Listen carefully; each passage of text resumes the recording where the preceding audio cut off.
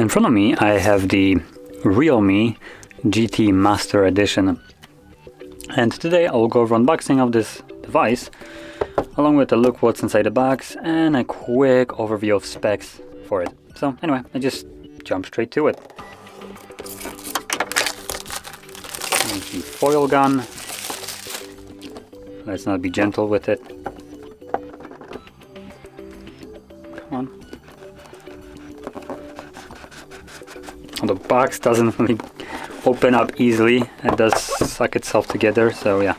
Nothing in here. Then we got the, hey, welcome to REALME family. Just pop that open and realize that we get nothing in here apart from paperwork. So I'm just gonna put it right here. Then we get the phone.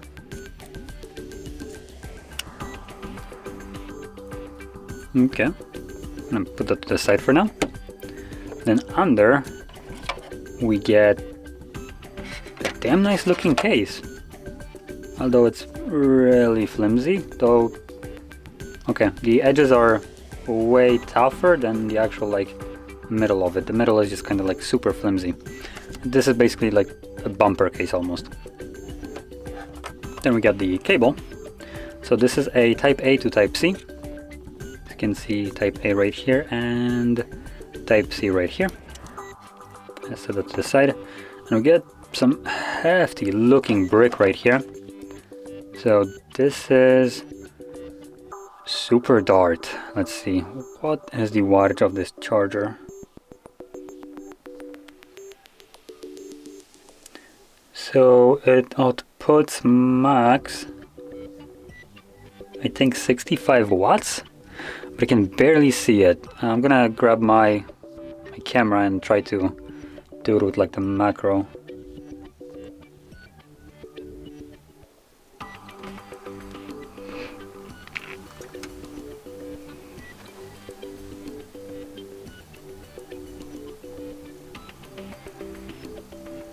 Okay, there we go, I got it. So let's see, this is a, yep, 65 watts max, which you can see right here. And now this is barely visible with this being written right here in the most tiniest print I have almost encountered. So yeah, obviously the brick is really good. I probably would have made it bold text just so everybody can see that, hey, check out my charging brick, that the one that comes with the device is just so good. So obviously let's just jump to the phone itself. Can I just like push it out? Yeah, I can. There we go.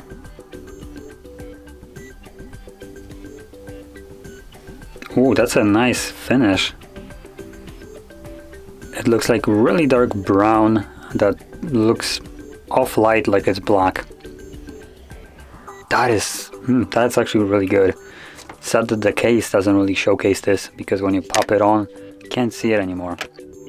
Now the color that is right here, what they call it is, what was it? Cosmos Black. More like brown or goldish. Oh, there we go, we can get a good look right here. And like certain light, it looks really nice. But yeah, anyway, let's just jump to the specs of this phone. So right off the bat, you can see the display right here. And this is a 6.4 inch display with a resolution of 1080p by 2400. Additionally, it's a Super AMOLED display with a 120 Hz refresh rate and peak brightness of 1000 nits. Now the 1000 nits is a little bit on the lower side, but it's still decent. Now when it comes down to percentage of the screen, we have 85.3% screen to body ratio and 409 pixels per inch. So the display is really good. To later. And we're basically done with the setup right now, so you can see how that looks like. It's going to be a typical REALME UI, so nothing really spectacular right here. Looks like 120 Hz refresh rate is enabled by default, so also that's great. Obviously for people that want to preserve the battery, you probably might want to turn it off, but for everybody else that likes this smoothness, really nice inclusion. Okay, now moving on, we have triple camera setup at the back, which the main sensor is a 64 megapixel wide one. Then we have an 8 megapixel ultra wide and 2 megapixel macro. Okay, I take that back, it's a 2 camera setup. The 2 megapixel macro doesn't count for anything apart from a sticker camera. And I'll prove my point in a second once I get to compare the shot that I will take with this phone, which is a quite old Mate 20 Pro, and this. Both of them have macro shots. Mine does not actually have a dedicated macro sensor for this, just putting that out there. So yeah. Now moving to just the build aesthetics of it, because I do want to point it out. The device looks really nice. It's really light in hand and it's actually small in terms of like the thickness of it. It's not the thickest device, makes it really nice to hold in hand. And still they managed to cram here a headphone jack, USB-C, and some other. Here we have volume rockers on this side, kind of barely visible on this frame, and power key on this side, which leads me to believe that we do have a fingerprint sensor under the display, because there's none at the back and there's none on the fingerprint. So I'm gonna quickly see if I am correct. Yep, under display fingerprint sensor. So that's actually really nice. Okay, so moving further, we will have the specs of it. So we're running right here a Snapdragon 778G, which is a 5G Snapdragon, and we have a couple versions. We have the 6 and 8 gigabyte RAM version, and apart from that we also have a couple of storage versions. So depending on which one you go with, you will be kind of locked into different storages. So we have a 128, which comes with 6 or 8 gigabyte of RAM. So if that is all you need, then choose whichever RAM you prefer. And let me quickly grab something. There we go. I wanted to get this to see if we can actually expand the storage right here.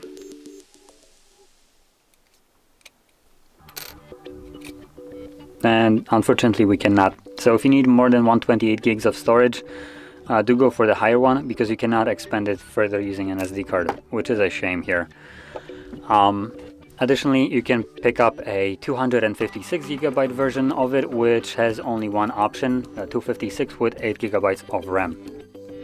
So obviously you won't be just paying for the extra storage, you also will be paying for the extra RAM. If that is something that you didn't need, I guess too bad. And moving on, we have a 4300 mAh battery with this whopping super fast charger at 65 watts. So this should top out the device really quickly, and they advertise that it will charge to 100% from basically dead in 33 minutes. So obviously that is super fast. And lastly would be the price, and that device actually comes at a fairly competitive price, 350 euros. Though from what I can see, the prices here are kind of like all over the place, because euros is 350 and dollars is like 300 basically. So maybe it's because tax isn't included in that price. But anyway, for any price up to like 400 bucks, this device is just super good. And honestly, I can recommend this for majority of the people. The processor isn't necessarily the fastest one, but for any normal typical user, this will be good enough for majority of the tasks, even gaming. So yeah, I can't really complain about this one, especially for the price.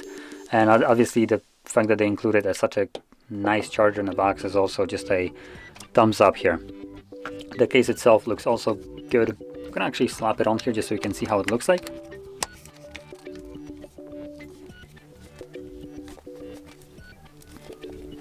Come on, can't get it on there.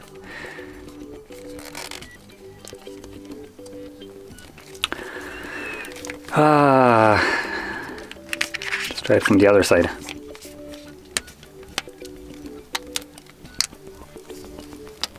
There we go. So the case basically doesn't add any kind of additional bulk, barely any. And it does one thing additionally, protects your camera, as you can see. So the bumper right here will basically make you so that the camera isn't grinding on a table or any kind of rough surface. So that is nice. And yeah, honestly, to finish this off, this phone is really good for the price. Like 400 even bucks. It seems like a really good deal, and it performs good. I can't complain about that one. It has a decent specs of like high refresh rate, decent screen, decent pixels per inch with resolution specs. The only thing that I kind of say that it's lacking is the storage wise, the lack of SD card expansion, and additionally the storage that comes with here is just the UFS, so it won't be necessarily anything fast, at least not compared to like other brands on here that I get in my hands sometimes. So storage wise, the speed of the storage itself is a little bit lacking, but to be fair, it does make up for it quite a lot in other aspects, especially in this price range, like including a decent charger, under display fingerprint sensor with a 120 Hz Super AMOLED display. So just that alone should be worth that money. So yeah, anyway, I don't really have anything else to say. The only thing, maybe just to finish this off, the camera, main sensor will most likely be okay, but it's kind of shame that they included that 2 megapixel macro. It is it's just a sticker camera. It won't be usable, and I do not recommend you to use it for anything, because you will get a better performance just using your normal 64 meg and selecting wide and just backing out from a subject rather than using the macro, which will be worse. And actually, I can just kind of showcase this as the last thing. So we have photo. I'm gonna capture it from however close I can get before it gets blurry. So right about here. And now I'm gonna select the, actually no, wait, we have 64 right here, so this is gonna be the full res.